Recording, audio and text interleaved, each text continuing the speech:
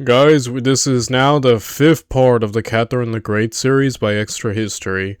This one's gonna be about Catherine's general advisor, lover, Pot, Pot.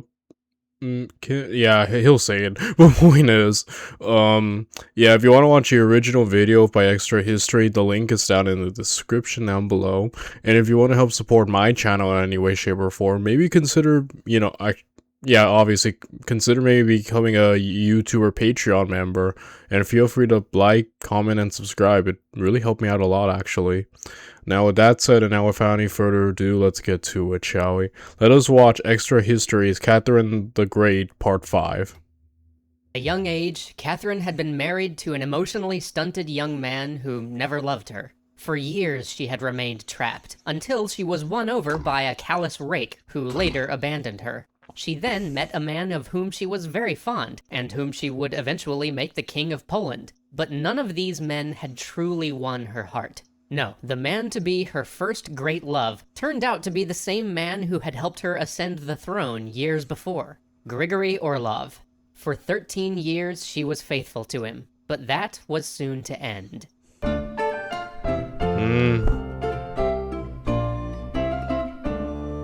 Grigory Orlov was brave and bold, never flinching at danger or personal risk. But he was also boorish, rude, and impertinent. He was ill-educated, with no interest in any of the Enlightenment ideas that Catherine so fancied. Catherine would once write that, despite it all, she would have stayed with him for a lifetime, if only he stayed with her. But Grigory sought danger. He was restless, unfaithful, and, worst of all to Catherine, he had grown distant.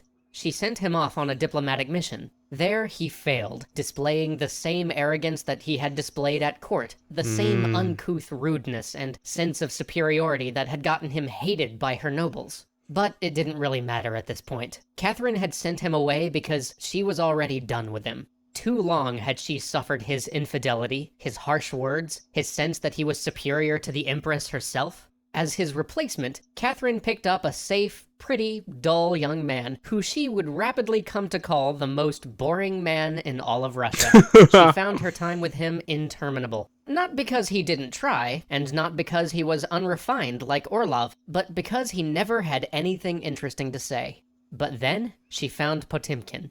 He had first caught her attention by giving her his sword knot on the day she took the throne. He had performed numerous services for Catherine. He'd been her envoy to Sweden, bringing word of the palace coup. He had been her lay representative on the Most Holy Synod. He'd been paymaster of the army, and he'd even been appointed as guardian of exotic peoples at Catherine's Great Assembly on Laws. He had served valiantly in the Turkish War, and won himself renown at every turn. He was a cultured man, not only well-studied, but intellectually eager and curious. He had won the top honors at university, and then dropped out.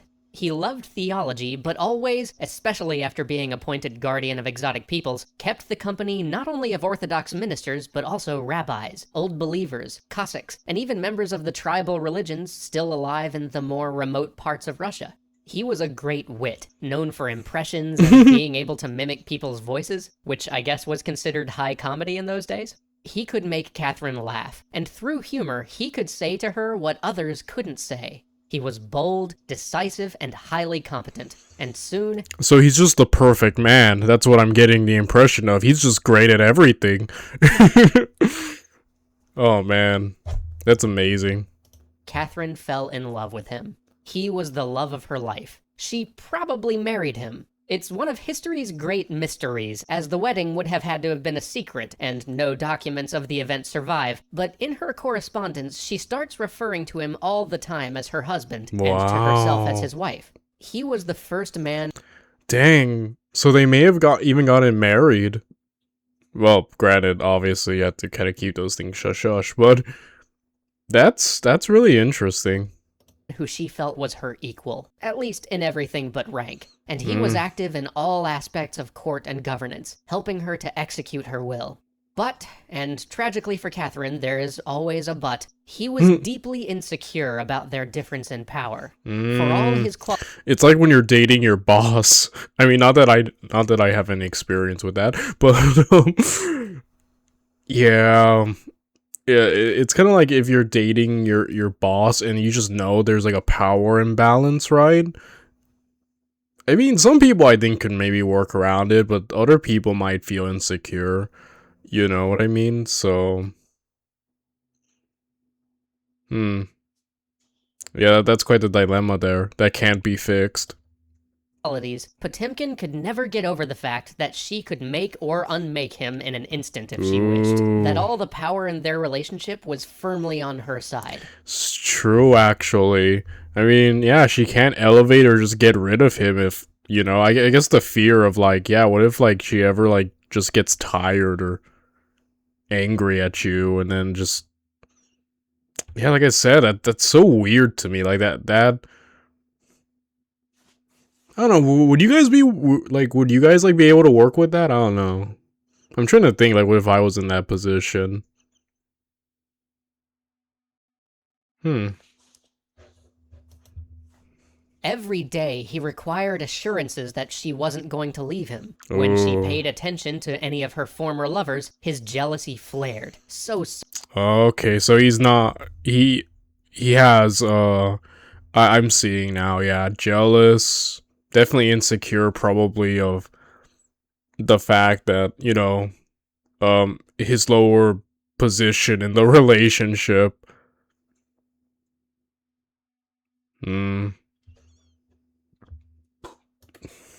certain he was that she was about to cast him aside for an old favorite. He alternated between melancholy and anger, and nothing she could ever do could convince him that he wasn't just a passing fancy, that he really was what she wanted. And in time, the strain of this broke them.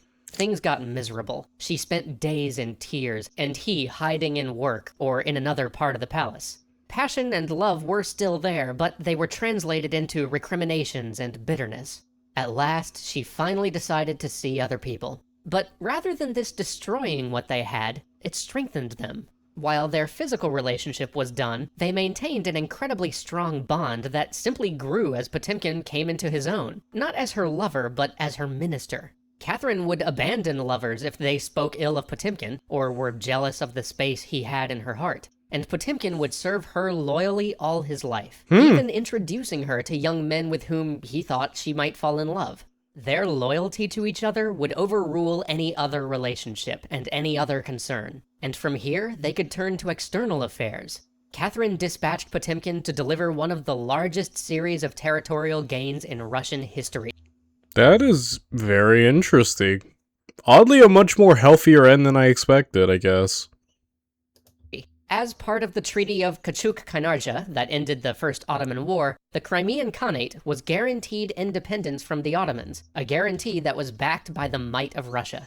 But Catherine and Potemkin saw an opportunity. The great powers of Europe were embroiled in other wars. No one would be able to raise more than a meek protest if faraway Russia expanded her empire. And so they struck while the iron was hot and annexed the Crimean Khanate, an action whose consequences reverberate through to today. Soon Ooh. after, they moved to annex the Kingdom of Georgia, and as no one had raised an objection to the bloodless takeover of Crimea, Catherine and Potemkin were sure that there would be even less objection to this expansion into a little thought of territory to Russia's south. And they were almost right. No one in Europe really did much about it, but there was one group that cared, and that was the Chechens. And so this action too would have consequences that would echo into today. Ooh. Potemkin was then set to rule the south of Russia, to build cities and bring colonists into these new areas, to pacify hostile tribes and create a new and mighty Black Sea fleet. And though all of these expansions brought Russia back into conflict with the Ottoman Empire, where Potemkin had previously been but one of a myriad of generals in the first conflict, here he was supreme commander. He led with aplomb, delivering a number of smashing victories to Catherine. But shortly thereafter, he fell ill and passed, dictating only one last letter to Catherine before death took him. He was a man of luxury and debauchery, of unswerving faithfulness on utter profligacy, of towering ego and absolute insecurity, with appetites to match his intellect and his ability. But perhaps the Austrian Field Marshal Very interesting guy overall. There's a lot to him. Yeah, very interesting character there. Linya put it best.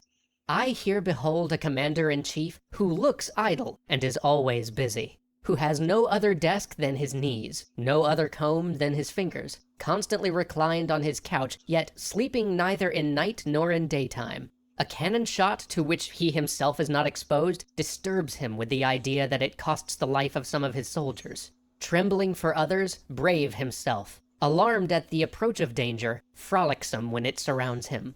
Dull in the midst of pleasure, surfeited with everything, easily disgusted, morose, inconstant. A profound philosopher, an able minister, a sublime politician, not revengeful, asking pardon for a pain he has inflicted, quickly repairing an injustice. Thinking he loves God when he fears the devil, waving one hand to the females that please him, and with the other making the sign of the cross. Receiving numberless presents from his sovereign, and distributing them immediately to others. Preferring prodigality in giving to regularity in paying. Prodigiously rich and not worth a farthing. Easily prejudiced in favor of or against anything. Talking divinity to his generals and tactics to his bishops. Never reading, but pumping everyone with whom he converses.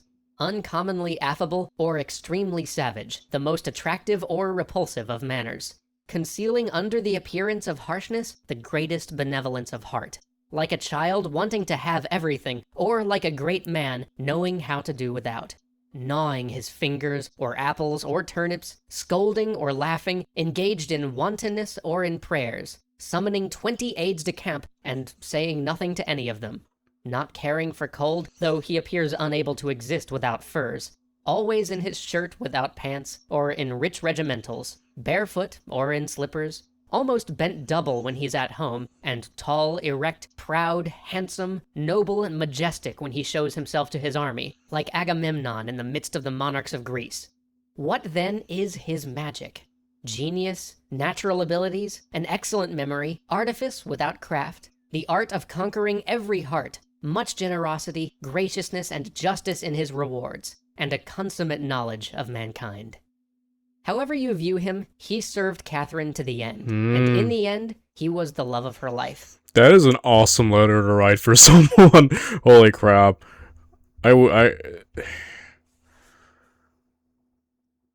Kind of at times an enigma, at least from what I'm gaining from this.